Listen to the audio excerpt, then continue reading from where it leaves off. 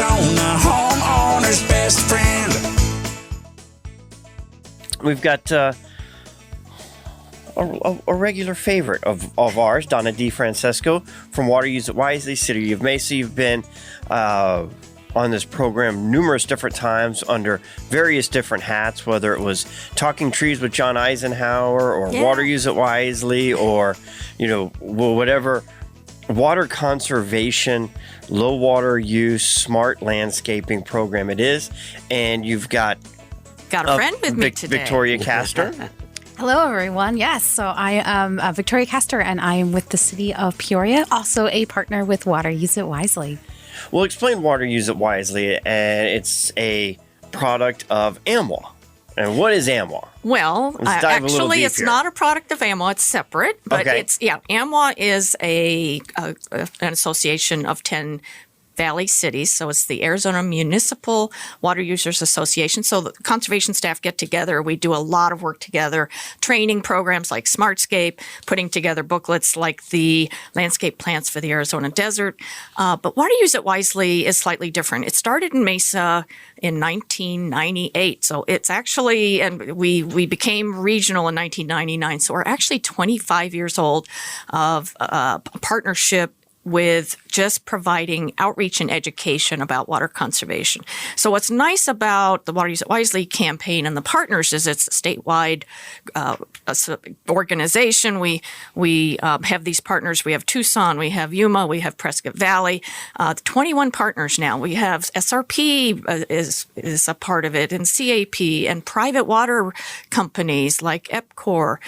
So we just put funds together. I always joke that the only thing we're selling are ways to save water. Yep. And so what's great is we have this robust website that has so much information. We try to put everything in one place to make it easy for consumers to get information about how to save water. And so wateruseitwisely.com. And so make sure you visit that. And you will not find any ads on our website. So I'm proud of that. So you're just going to find information on how to save water. And you also have a monthly email newsletter. Yes. That goes out. I get that. I've been on that list for excellent a long, long time.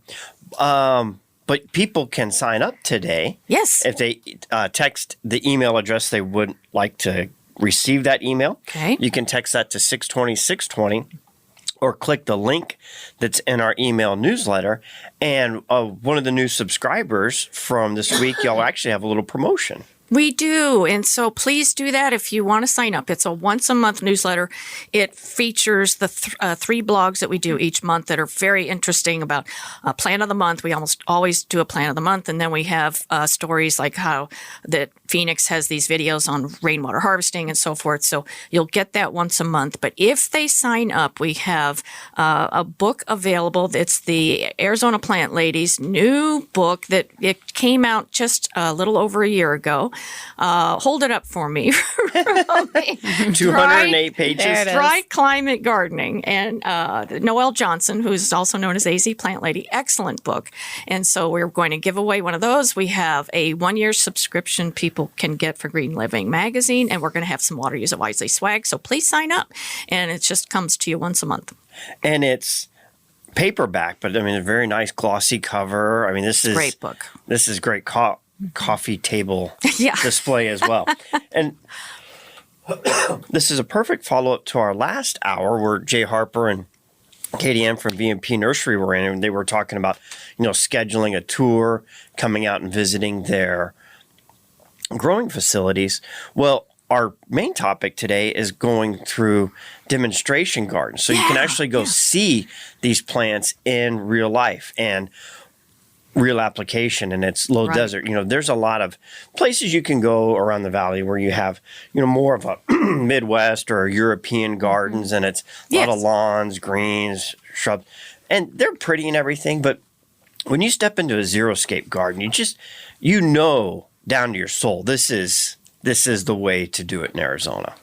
Yes, it's absolutely true. And It's amazing. So to have Xeriscape, there's so many different looks you can have in a landscape, but still be classified as a Xeriscape, which just means it's a dry climate or a low water use landscape. And you can have even like a tropical looking landscape if you pick the right plant. So in the Peoria Fusion Garden, which is our demonstration garden, we have these 5 little sections. And one of them is about how you can have a more northern latitude look. One of the little sections is about a tropical look. We have more of the Sonoran Desert specific. So there's so much information and so many great plants out there that you can use to have a different kind of amazing look, but still be desert friendly. And let me tell you, in our garden area, there's so much wildlife that loves to hang out in our garden that you don't see just like 20 feet out of the garden in the more typical landscaped area around our city hall. So it really does make a difference when it comes to the wildlife too. They flock basically to where you have native landscape. Plant them and they will come. That's what we like to say. Where is this Peoria garden? Excellent. Yeah. So like many of the gardens across the valley, the Peoria Garden is located right in front of our city hall. So on Monroe and about 85th Avenue. And it's just to the west of City Hall. So right in the front there, the Glendale, so another West Valley garden. It is right around their main library in different sections, which is on Brown and 59th. The Surprise Garden, so again, West Valley. Theirs is in front of their city hall to the west side of their city hall as well.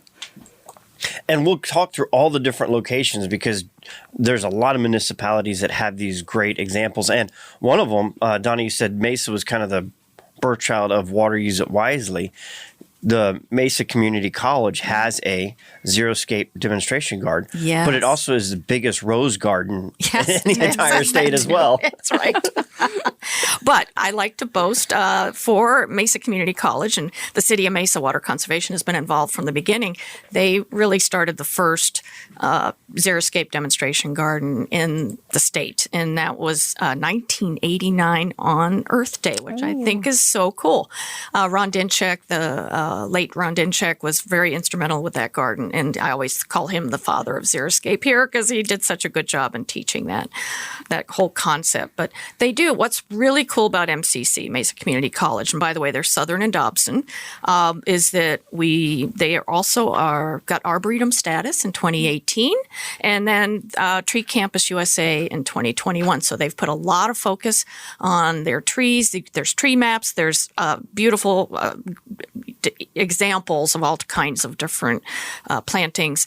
And like you say, the largest rose garden in the Southwest with about 300 varieties.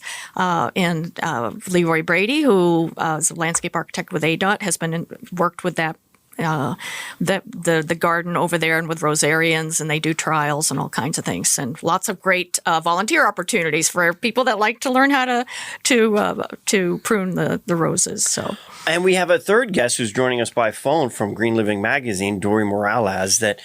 I'll let you just take it and run. Dorie, welcome to the program. Thank you, Romy. It's really good to be here, and I love your show. And I love the work that Water Use It Wisely is doing. So we actually have a Holiday Wonderlist article that's in Green Living Magazine, and it's talking about the Glendale Xeriscape as well as the Scottsdale Xeriscape Garden at Chaparral Park.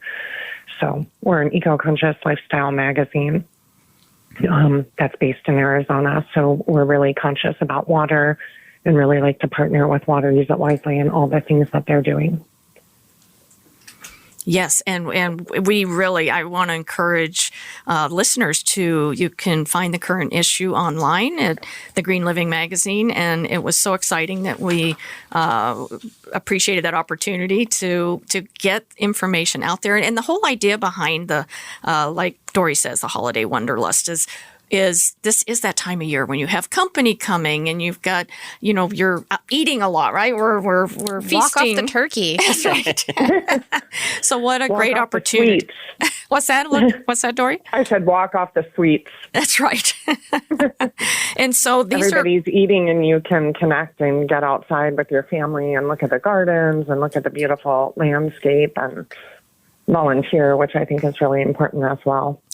And there's also a lot that people are saying about just getting out in nature, the forest bathing, you've probably heard discussed. And sometimes we just need to get outside and we need to see green. And as Victoria mentioned, you see the wildlife, you see the hummingbird, you see the butterflies, you see the birds. And so there's so many fun things that you can see when you're out there. But what's great about a lot of these demonstration gardens are the educational components. So many of them offer signage that gives you ideas. There's, for example, at Glendale, a habitat garden, a cactus garden, rain garden. So they're talking about how to do rainwater harvesting.